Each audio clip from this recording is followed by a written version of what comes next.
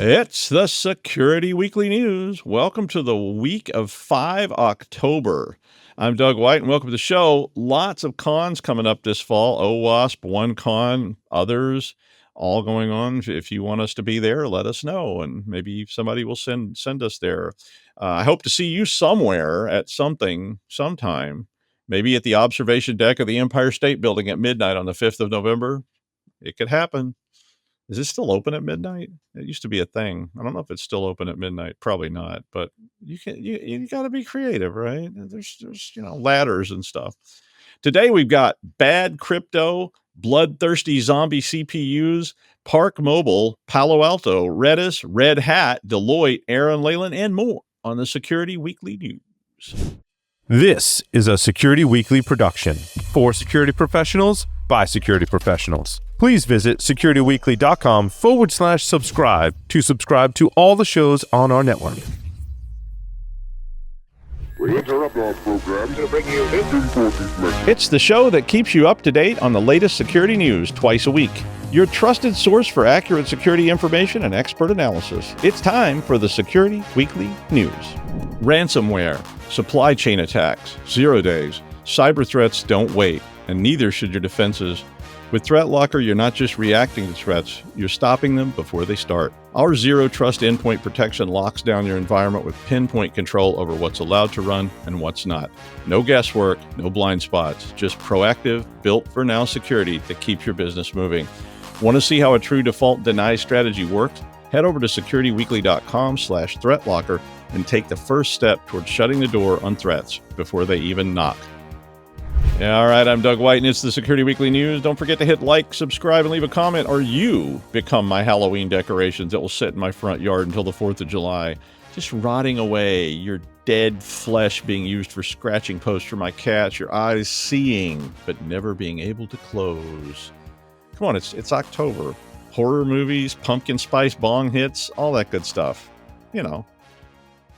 All right. Well, I am so old. I remember having a bag of coins in my car so I could put them in the parking meters and having to run out of meetings to put more coins in before they came and the meter maid came and towed my car away and put citations on it. Then it all went wrong. Fancy newfangled nonsense with phones, apps, Chinese hitmen buried under your front porch. I don't know. We long for the simple times. But regardless of all that, Park Mobile, everyone's favorite, try to install this while you're driving in traffic app, wrapped up a class action lawsuit over a 2021 data breach that affected 22 million users. Okay, well, that sounds good, right? But wait for it. Here's what you get. Because all your data was stolen and given away, you get $1 in an app credit that must be claimed manually before the expiration date, and it comes only in 25-cent credits. So you have to park 4 times using the app to actually get anything out of it. Yay, I bet that taught them a lesson. It actually sounded like a marketing plan. You have a breach, you settle, and you give 22 million people 4 25-cent credits that can only be used in the app. So now you have to park 4 times to get your dollar back, and each one of those times is probably more than 25 cents. So yeah, marketing. I mean, the other problem is the whole settlement thing looks like a phishing attack. So they send you a letter that looks like a phishing attack telling you to go log in, click a link, all the stuff that we continually tell you never to do. Anyway, in the breach, all the account information of around 22 million customers was stolen, and then the whole database was actually leaked for free on a hacking forum. It had your first and last name, your initials, your mobile number, your email, your username, your hashed passwords, your mailing addresses, your license plate number, and your vehicle info. So, boy, did Park Mobile get punished in this. Nice deal for the law firm, though, that filed the lawsuit, because they get 33% or so of that 22 million. Hopefully the 33% they get will only be available in the app at 25 cents a shot. What a deal. A large surge in scans targeting Palo Alto Network's login portals is a pretty clear indicator that someone is looking for something. Now, Gray Noise said there had been a 500% increase in IP addresses focused on Palo Alto Network's Global Protect and Pan OS profiles. 91% of the IP addresses that were being used for these scans were classified as suspicious, and 7% were tagged as malicious, which only leaves you with 2% that were something else. And this all came from Gray Noise. Now, usually what this would mean is that there's something out there lurking in the shrubbery with little glowing red eyes, and it's not one of my cats. It's probably a new 0 day or an end day or something that will be used after their recon and collection of all the information is complete. I mean, you got to scout out the fort before you try to get in.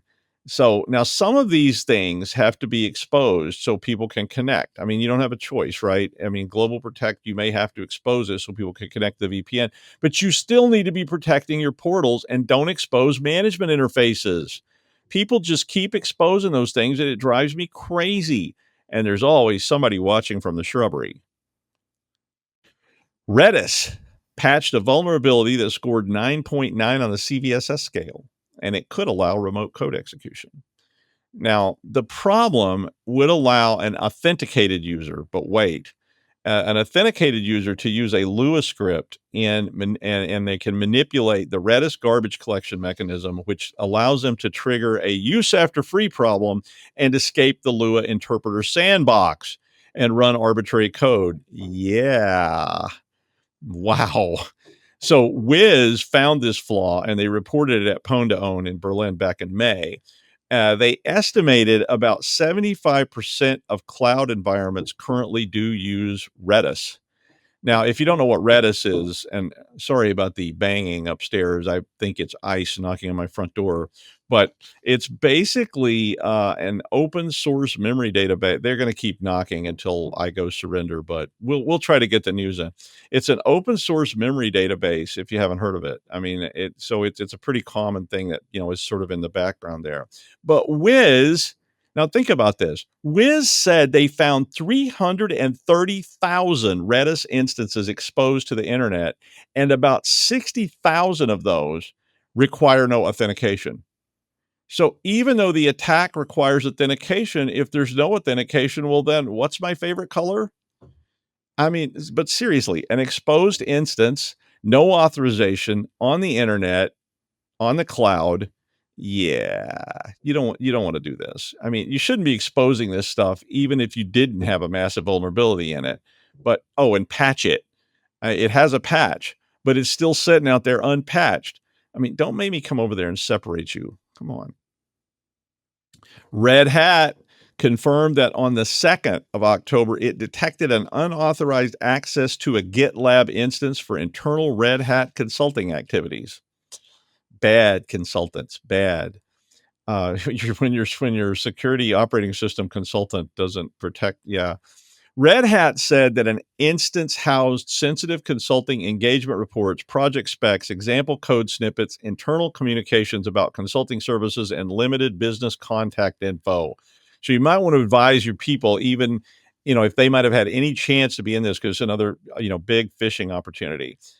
I wonder if they're going to pay everybody $1, but it's really 25 cents that could be applied to your next 4 consulting engagements. Wouldn't shock me a bit. There's a precedent for it.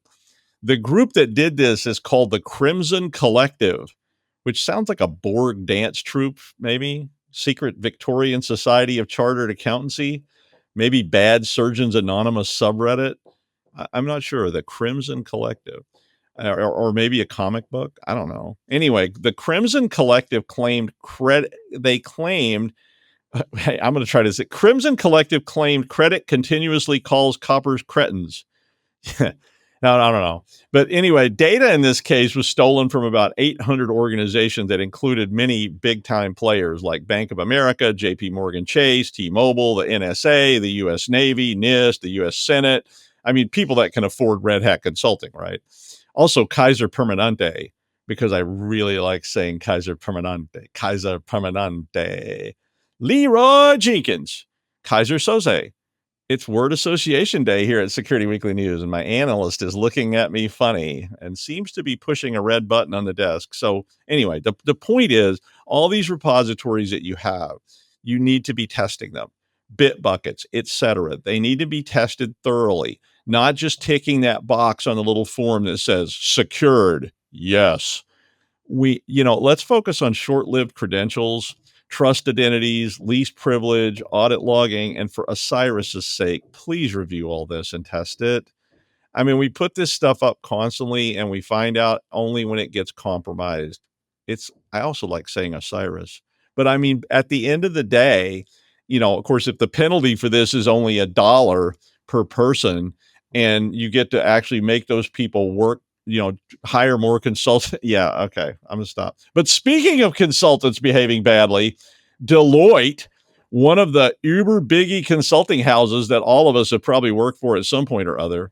Well, I worked with them, but my suit wasn't expensive enough, so I had to sit in the back so nobody would notice me. But Deloitte wrote a welfare report for the Australian government, Australian Federal Police. Hey, big shout out to the AFP, best digital forensics group around. Can't say how I know that, but I know. Anyway, Deloitte was writing a report for the Australian government. Okay, you pay big bucks for Deloitte Consulting and their $4,000 suits and their big brains. Well, guess what? The report was full of fake citations. Yeah. Deloitte agreed to, in fact, it was so bad that Deloitte agreed to refund part of the contract and did not accept the final $291,245 and then uploaded a corrected version. And if a major consulting house gives you money back, it was bad. The report had more than a dozen fake references, fake footnotes, and all that had to be cleaned up. It also was full of typos and even had a quote from a federal court that was made up. So look, folks, maybe one day you can say, hey, Majel, make me a dry martini and finish up all my consulting reports. Make it look nice. We're getting paid some sweet, sweet Australian bucks for all this.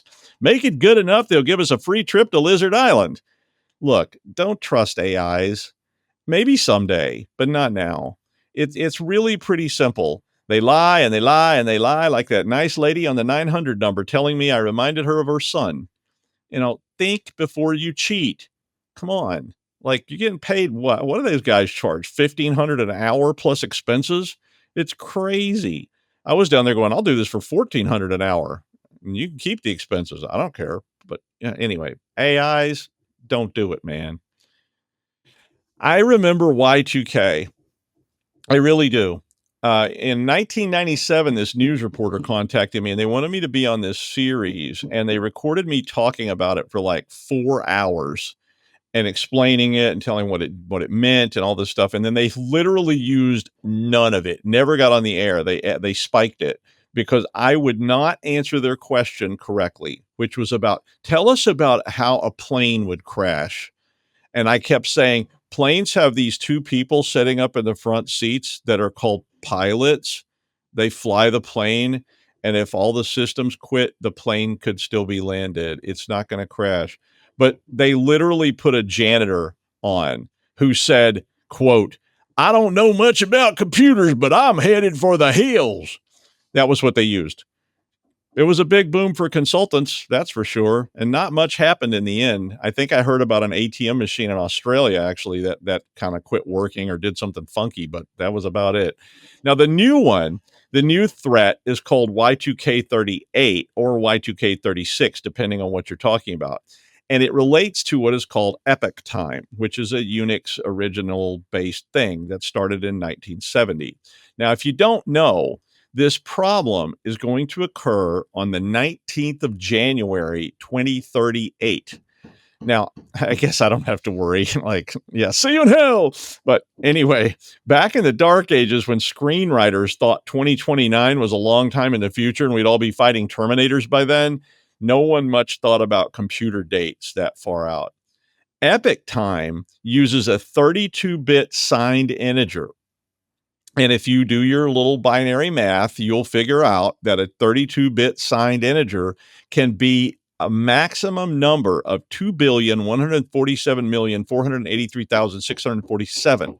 And so when that second ticks over on the 19th of January, it will roll over like your cousin's old Sobs odometer, and it will suddenly be the 13th of December, 1901. Yeah. Hey, everybody. Welcome to 1901. All these great things are happening. We've got electric lights. We might have indoor plumbing, but probably not. And we still don't have panes of glass in our windows, but it's 1901, a new millennium. So anyway, much like the original Y2K, this one is again a date time problem.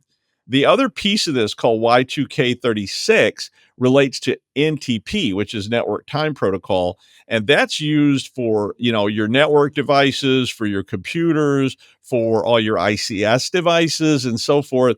And, when those things fail and the time gets screwed up, it's going to be ugly. And this one's going to roll over on the 7th of February in 2036. So this is because the reason it's shorter is because it uses more bits for accuracy than the Epic time stuff. So because this stuff is so baked into chips and such, it's a lot harder to fix than just changing PIC 9.2 to PIC 9.4. Yeah, COBOL joke, baby. COBOL joke. But anyway, this one may actually be more in line with what Ed Jordan was pitching back in Y2K. Of course, he was pitching that the world would end and his daughter was cleaning up by selling pallets of Spam to the rubes out back. Yeah. The family that conspires together retires rich together. I don't know. They made a lot of money. I always miss out on these things. I need like a little more evil. Just a little more. I need like a pill that makes me 10% more evil, 15% more evil. I don't know, whatever the right amount of evil is. Now, I talked about this story before, biocomputing. And I know some of you out there, Larry, are all in on biohacking. And I'm not above having my brain transferred into some kind of killer robot body at some point. I mean, I think that'd be kind of cool. Your brain's like in a bubble on the top and all this kind of fun stuff. But a group of scientists in Switzerland are trying to use living cells to make living servers, which sounds creepy, but they're using human skin cells. They turn those into stem cells, and then they turn the stem cells into clusters of neurons. Stem cells are like blank cells. You can turn them into anything. They're kind of cool. But these neurons are called organoids. No way this ends badly, right? The organoids are coming, run. I mean, organoids. But they attach the organoids to an electrode. So it's alive. It's alive. I mean, it's like, it's just sort of how your real brain works by having electricity pumped through neurons and making you make bad decisions to drink too much tequila at the Cosmopolitan in Vegas. But anyway, one of the problems they're facing is feeding the organoids since they don't have any blood vessels to provide nutrients. Honey, did you remember to feed the PC and the laptop needs to go out again? Yeah, you remember that kind of stuff? I mean, the one I did earlier was about Cortical Lab back in 2022, and they had artificial neurons playing Pong, and other artificial neurons were yelling at the first artificial neurons about how those video games will rot your brain, your organoids. Vampire zombie CPUs roaming the earth looking for nutrients to feed their ever-increasing desire for human flesh. UV Ball, call me, really. There's an idea right there, the next big movie. Anyway, speaking of the undead cannibal zombie attack, it's Aaran Leyland. Hi, Aaron. I feel like a zombie today. It's like, what's going on? It was meant to be 18 degrees. I don't know what that is in America, like 75, 80. I'm just making It's not so numbers bad. up It's now. bad in England, but here that's a pretty nice day. It's like, look, do you see that? Oh, you're so naughty. Anyway, good segue. It could have been the Singapore Grand Prix where it was 60 degrees inside the car. Yeah, that's cold, I think. I don't know. No. I'm so No, young. that I mean 60 That's C. hot. Yeah, not yeah, what's that? That's like 115. Yeah, it's pretty warm. I've actually got an article today through Security Weeks, and if you put in Security Weekly into Google, often Security Weeks pays more for SEO than Security Weekly does, and it comes up first. So that might be why I have the article, because they are trying to steal our audience. That's probably not true, and I might have made that up because they might have lawyers if they have money for SEO. But anyway, Security Week Cyber Insights 2025, especially the quantum computing and threat to encryption part, because who doesn't love quantum computing?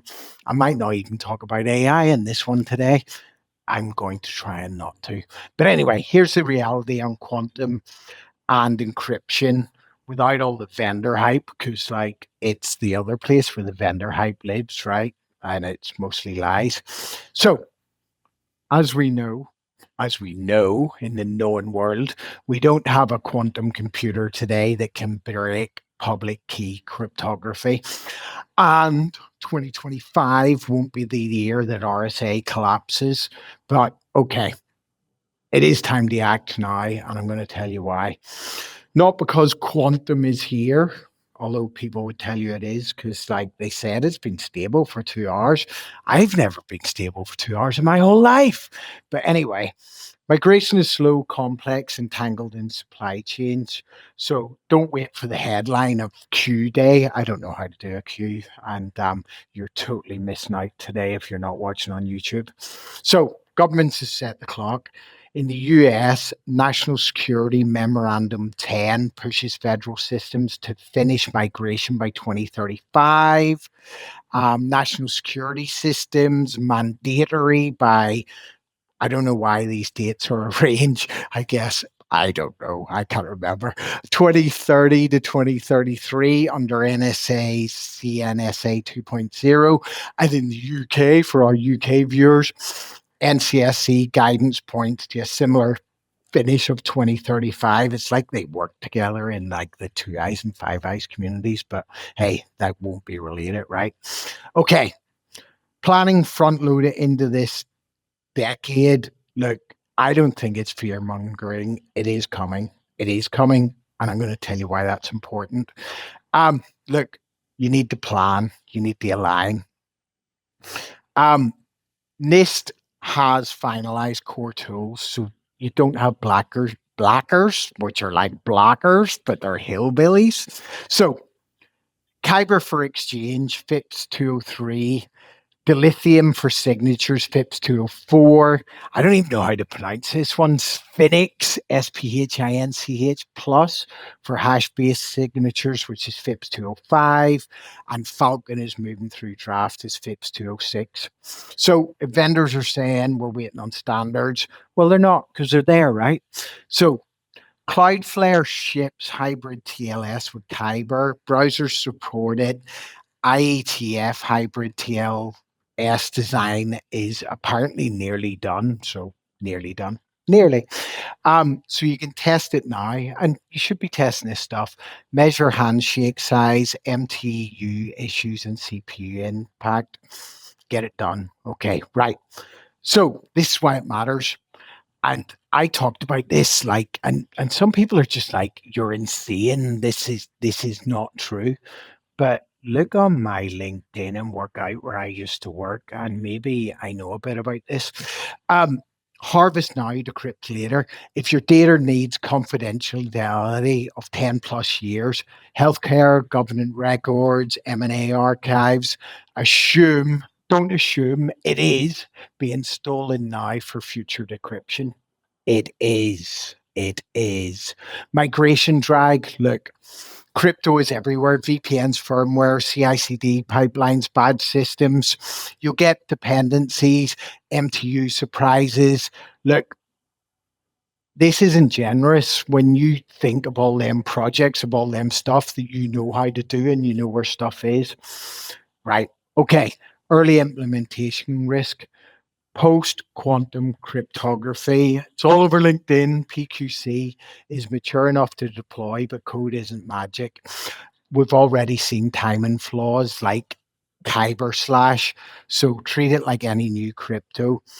Constant time checks, side channel testing, and staged rollout. Right. Map your crypto debt, software bill of materials. If you listen to the other podcasts, they talk about that cool stuff. Prioritize confidentiality by half-life. Anything sensitive for 10 plus years, get it in the first wave and then move on. And pilot hybrid TLS now. Pick an API or a domain, get it checked, make sure you can work it. And look at code signing early. Firmware and package signatures last the longest. Stand up internal Dilithium pilot and plan cutover components that verify for 10 plus years, and keep this Phoenix Plus as a fallback. I bet you Doug can pronounce that properly. And look, procurement. So this is stuff that it's going to be so many years away. Make sure you look at it in procurement and your RFPs and all your FIPS and all your stuff. Right. Ignore quantum key distribution hype. Doesn't fix authentications. And OT, well, that doesn't have any encryption on it anyway, for now, but make sure it does. Look, Google's Willow made headlines. It's not breaking RSA. You still need millions of error-corrected qubits for that. So hardware isn't your blocker, migration is. And if it arrives in 2030, make sure your 2020 data, which China is stealing, just make sure they can't decrypt it, right, if it's important. Look at NIST core FIPS. They're done. They're there. Get it done. And just go and get that done. How do you say Sphinx, Doug? Do you know? Because you're really good at this. I assure you I have it wrong. So if there's a way to mispronounce something, I definitely am your go-to source, because I always say everything wrong. It took me forever to not say Okta and say Okta instead. It's like, so I have no idea. I've never heard it said, which tells you something about my life. It's a good life. Life without crypto is a good life. We should just give all our information away, but I think we do anyway. Exactly. Thank you, Aaron. Okay, I'm not going to tell you what to think about Elon Musk. That's not my goal here. He promised me a Tesla X in a bathroom in New Orleans one time. It might not have been him, but the guy said his name was Elon Musk, and I chose to believe him. But, no comment. But I will say that a lot of scam people and a lot of people who are being scammed, scammies, are getting taken by fake Elon.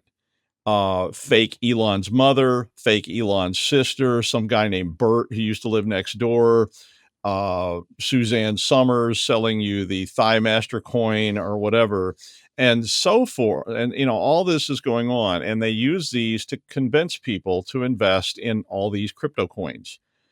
They use deep fakes, they use AI generated pictures, or they just sign the letter Elon Musk like I do when I'm trying to get a reservation at Rouse.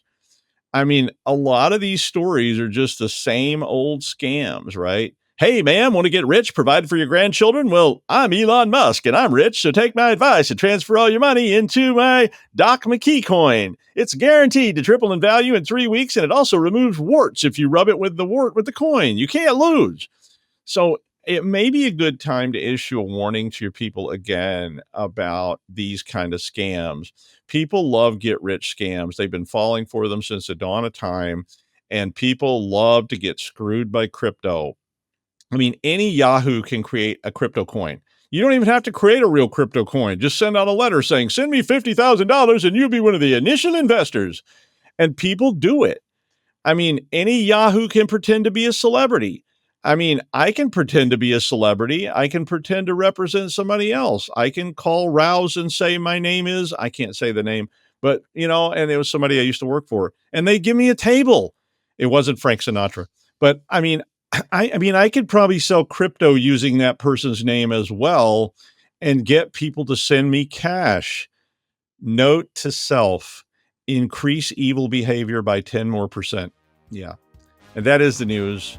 Thank you, Aaron, and we will all see you next time on the Security Weekly News, depending on who's knocking on my door.